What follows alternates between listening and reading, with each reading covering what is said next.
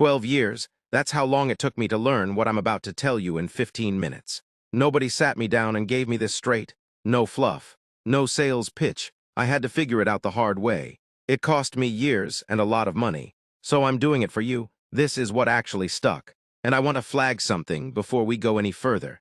Rule number 2 is the one most people get completely wrong, and it's quietly destroying their confidence every single day. I'll get to it in about 60 seconds. I started the same way most people do. Signal groups, unregulated brokers, chasing every indicator and every strategy that showed up on YouTube. Year 1, I lost money. I had absolutely no idea why. Year 2, I started understanding the game slowly. By year 5, I finally had a consistent system, and everything I'm about to share comes from that journey. The failures, the breakthroughs, and everything in between.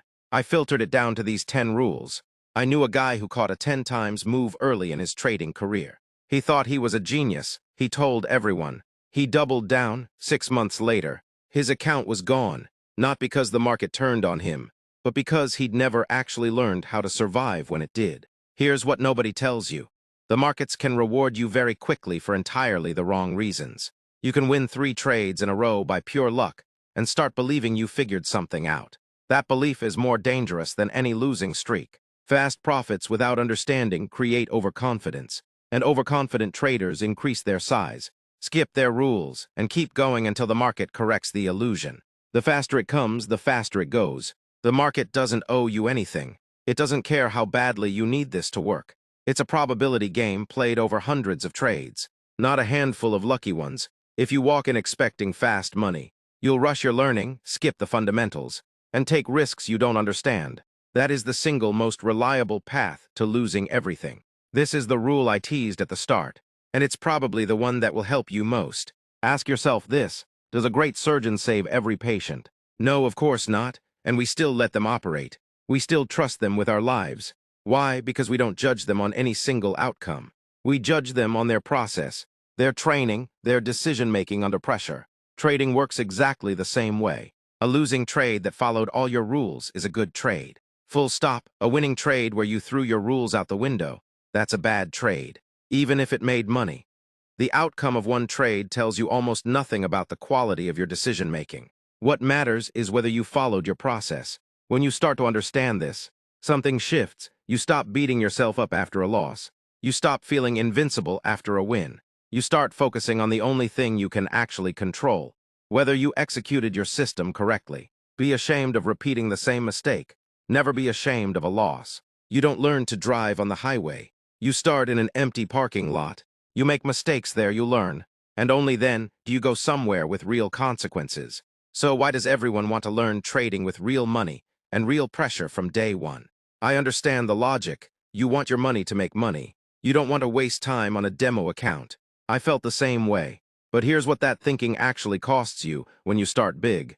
You learn nothing because the pressure of real losses, real money on the line, hijacks your brain. You start making decisions based on fear and hope instead of logic. Small capital isn't about small returns. It's about making your inevitable early mistakes cheap. And here's what you need to accept. Mistakes in year 1 are not optional, they're mandatory. Every trader makes them. The only variable is how much those mistakes cost you. Start small, make your mistakes on a small account. Keep your losses cheap while your learning is happening. Because you will be learning. You just don't get to choose whether the goal in year 1 is not to make money. It's to survive long enough to learn. Learn to keep money first, learn to make money second. Small capital buys you time. But time is only valuable if you use it right. And this is where I made my second big mistake. Picture a table with 100 keys on it. You know one of them opens the door. Do you grab all 100? I did. I spent years picking up keys. I tested every indicator I could find, read every book, watched hundreds of hours of tutorials. I thought I was being thorough. I thought the answer was somewhere in all of that. It took me a long time to realize having more keys doesn't open the door faster. Here's the reality. Curiosity is an asset in almost every field. In trading, it becomes a distraction.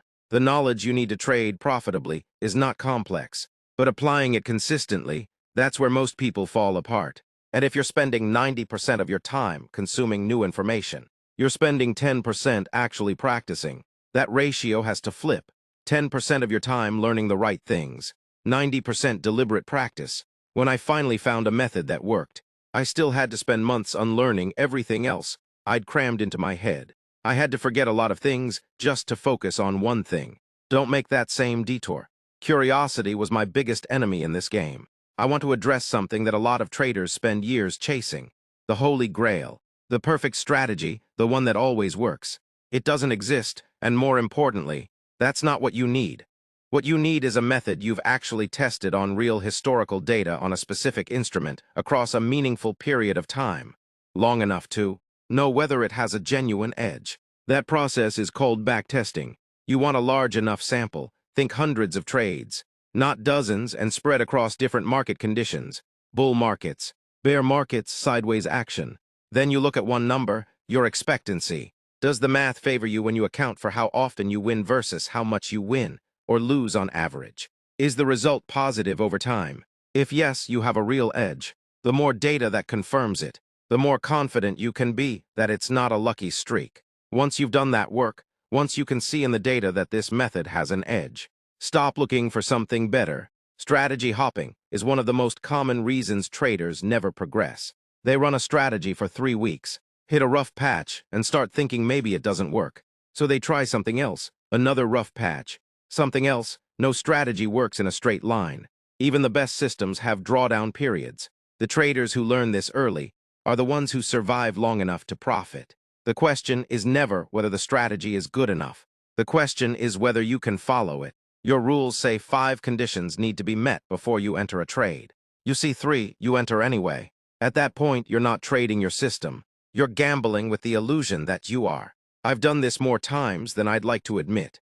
The setup looked close enough. I talked myself into it, and sometimes it even worked. But when it didn't, I couldn't look back and say I followed my process because I hadn't.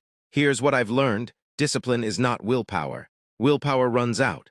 Willpower is exactly the thing that evaporates when you've just had a loss and you're desperate to get it back.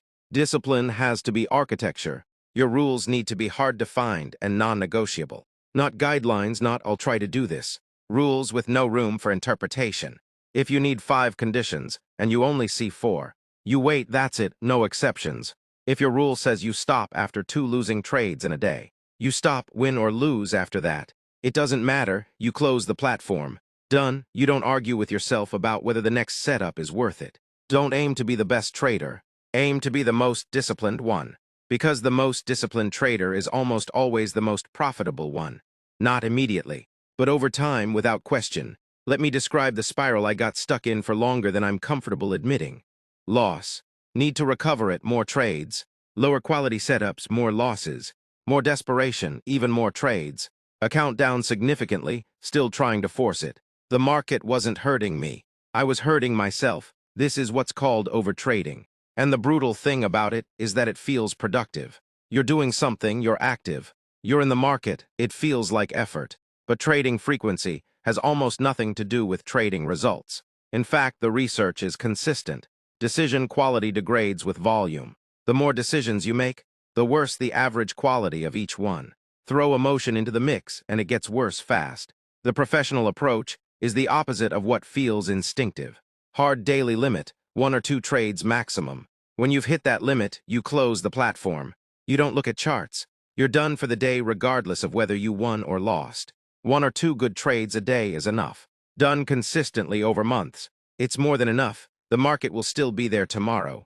The question is whether your capital and your clarity will be. Some days I open the chart, watch for 30 minutes, and close the laptop, no entries. And those are often my best trading days. Rule 7 was about limiting yourself. A hard cap on how many decisions you make. This one is different. It's about reading the market. Because sometimes the right answer has nothing to do with discipline. It's about recognizing that the market simply isn't offering anything worth taking. Most traders struggle to accept this. There's a feeling that sitting out means missing out. That if you're not in the market, you're not doing your job. But here's the truth, cash is a position. Staying on the sidelines when conditions aren't right is an active, intelligent decision, not a failure of nerve. In fact, there's a second account running alongside your financial account. One that doesn't show up on your broker's dashboard, but matters just as much. I call it your mental capital, your psychological state, your ability to think clearly, make objective decisions, execute without hesitation. When you force trades on bad days, you don't just risk money, you drain that mental account. You start the next day already down, frustrated, second-guessing, more likely to make emotional decisions. When you don't trade on a bad day, you protect both the money you didn't risk and the clarity you'll need when a real setup appears. You don't need to make money every day. You need to have money left to trade tomorrow. Imagine reading a book, throwing it away, and never looking at your notes again. How much did you actually learn?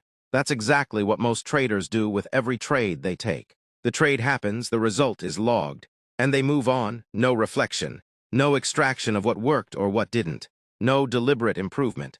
And then they wonder why they're making the same mistakes months later. The only growth loop that actually works in trading is this: execute, review, fix, repeat. And the review has to be honest and specific. After every trade, I want you to write down 3 things. Just 3. Why did I enter? Not I thought it would go up. The specific reasoning. The exact conditions that were met. If you can't write this down precisely, you probably shouldn't have entered.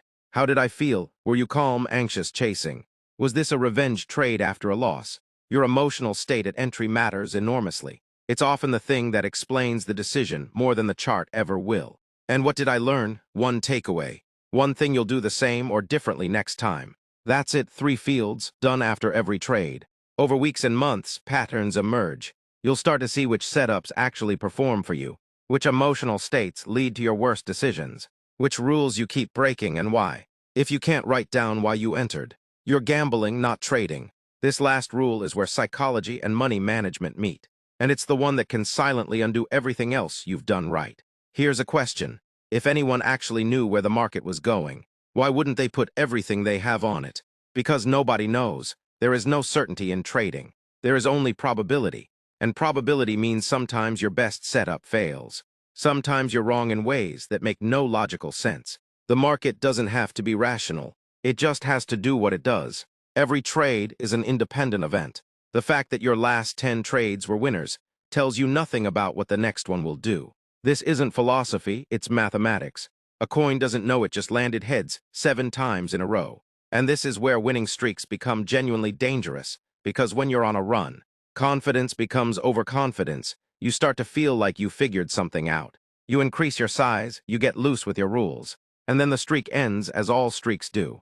And because you sized up, the single loss wipes out a significant chunk of your gains. Keep your risk consistent on every single trade. Not based on how confident you feel, not based on your recent results. Consistent, every trade the same percentage. Trust the process, let the probabilities do the work. Look back at all 10 rules. Every single one of them protects the same 2 things: your financial capital and your mental capital. When your mental capital is stable, when you're calm, rested, not rattled by recent losses, you make better decisions. Better decisions lead to better trades. Better trades grow your account.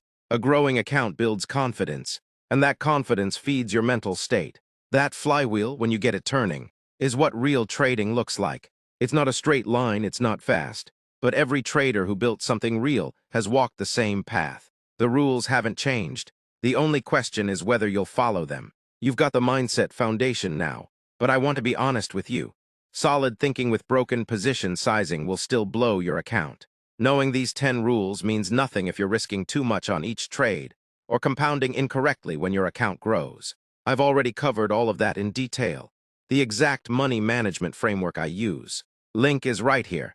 If at least one of these rules hit close to home, the like button is right there, and I genuinely want to know.